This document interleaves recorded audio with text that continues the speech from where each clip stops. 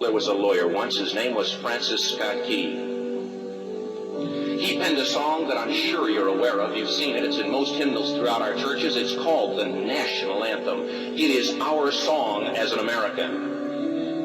We go, however, to a ball game. We stand in our church services and we sing the words of that song, and they float over our minds and our lips, and we don't even realize what we're singing. Most of us have memorized it as a child, but we've never really thought about what it means. Let me tell you a story. Francis Scott Key was a lawyer in Baltimore. The colonies were engaged in vicious conflict with the mother country, Britain. Because of this conflict and the protractedness of it, they had accumulated prisoners on both sides. The American colonies had prisoners and the British had prisoners. And the American government initiated a move. They went to the British and they said, let us negotiate for the release of these prisoners. They said, we want to send a man out to discuss this with you. They were holding the American prisoners in boats about 1,000 yards offshore. And they said, we want to send a man by the name of Francis Scott Key. He will come out and negotiate to see if we can make a mutual exchange. On the appointed day in a rowboat, he went out to this boat and he negotiated with the British officials. And they reached a conclusion that men could be exchanged on a one-for-one basis. Francis Scott Key, jubilant with the fact that he'd been successful, went down below in the boats, and what he found was a cargo hold full of humanity, men. And he said, men, I've got news for you tonight. You're free. He said, tonight I have negotiated successfully your return to the colonies. He said, you'll be taken out of this boat, out of this filth, out of your chains. As he went back up on board to arrange for their passage to the shore, the admiral came and he said, we have a slight problem. He said, we will still honor our commitment to release these men, but it'll be merely academic after tonight. It won't matter. And Francis Scott Key said, what do you mean? He said, well, Mr. Key, he said, tonight we have laid an ultimatum upon the colonies. Your people will either capitulate and lay down the colors of that flag that you think so much of, or you see that fort right over there, Fort Henry? He said, we're going to remove it from the face of the earth. He said, how are you going to do that?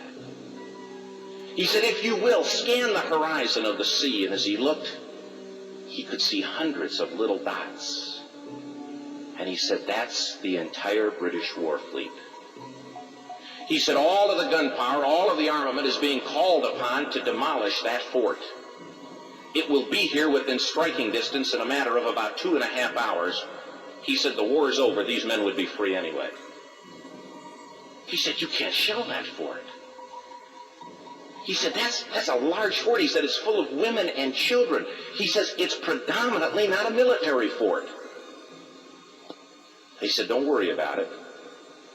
They said, we've left them a way out. And he said, what's that? He said, do you see that flag way up on the rampart? He said, we have told them that if they will lower that flag, the shelling will stop immediately. And we'll know that they've surrendered, and you'll now be under British rule. Francis Scott Key went down below and told the men what was about to happen. And they said, how many ships? He said, hundreds. The ships got closer. Francis Scott Key went back up on top and he said, men, I'll shout down to you what's going on as we watch.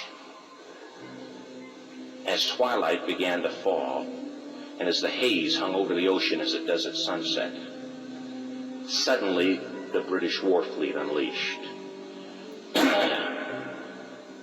He says the sound was deafening. There were so many guns that there were no reliefs. He said it was absolutely impossible to talk or hear. He said suddenly the sky, although dark, was suddenly lit. And he says from down below, all he could hear the men, the prisoners, saying was, tell us where the flag is. What have they done with the flag? Is the flag still flying over the rampart? Tell us. 1 hour, 2 hours, 3 hours into the shelling, every time the bomb would explode and it would be close to the flag, they could see the flag in the illuminated red glare of that bomb, and Francis Scott Key would report down to the men below, it's still up. It's not down. The admiral came and he said, "Your people are insane." He said, "What's the matter with them?" He said, "Don't they understand this is an impossible situation?" Francis Scott Key said he remembered what George Washington had said. He said, "The thing that sets the American Christian apart from all other people in the world is he will die on his feet before he'll live on his knees." The admiral said, "We have now instructed all of the guns to focus on the rampart to take that flag down." He said, "We don't understand something. Our reconnaissance tells us that that flag has been hit directly again and again and again, and yet it's still flying. We don't understand that." But he said, "Now we're about to bring every gun for the next 3 hours to bear on that point." Francis Scott Key said the barrage was unmerciful. All that he could hear was the men down below praying. The prayer, "God, keep that flag flying where we last saw it." Sunrise came. He said there was a heavy mist hanging over the land, but the rampart was tall enough. There stood the flag, completely nondescript, in shreds. The flagpole itself was at a crazy angle, but the flag was still at the top. Francis Scott Key went aboard and immediately went into Fort Henry to see what had happened. And what he found had happened was that that flagpole and that flag had suffered repetitious direct hits. And when hit had fallen, but men, fathers, who knew what it meant for that flag to be on the ground,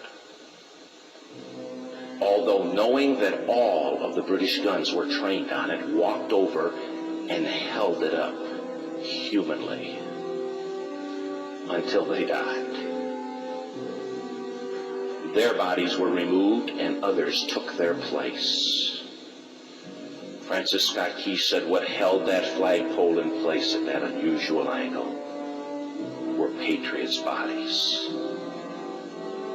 He penned the song, "Oh, say can you see by the dawn's early light what so proudly we hailed at the twilight's last gleaming?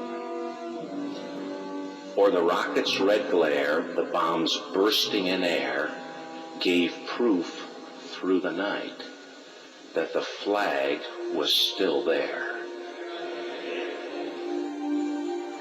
Oh, say, does that star-spangled banner yet fly and wave o'er the land of the free and the home of the brave?" The debt was demanded. The price, it was paid. Oh, say, can you see by the dawn's early light what so proudly we hailed at the twilight's last gleaming, whose broad stripes and bright stars through the perilous fight o'er the ramparts we watched were so gallantly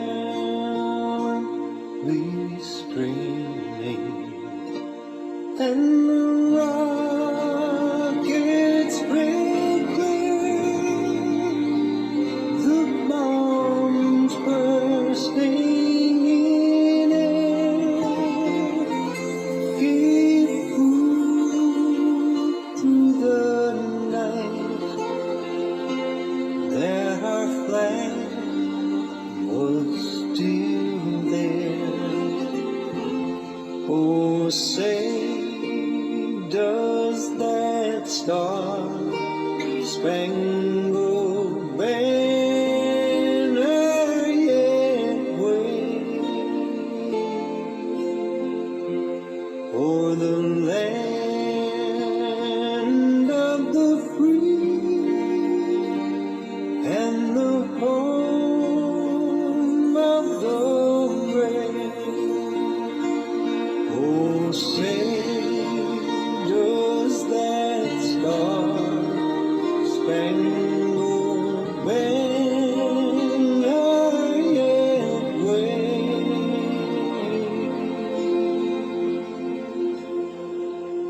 o'er the land of the free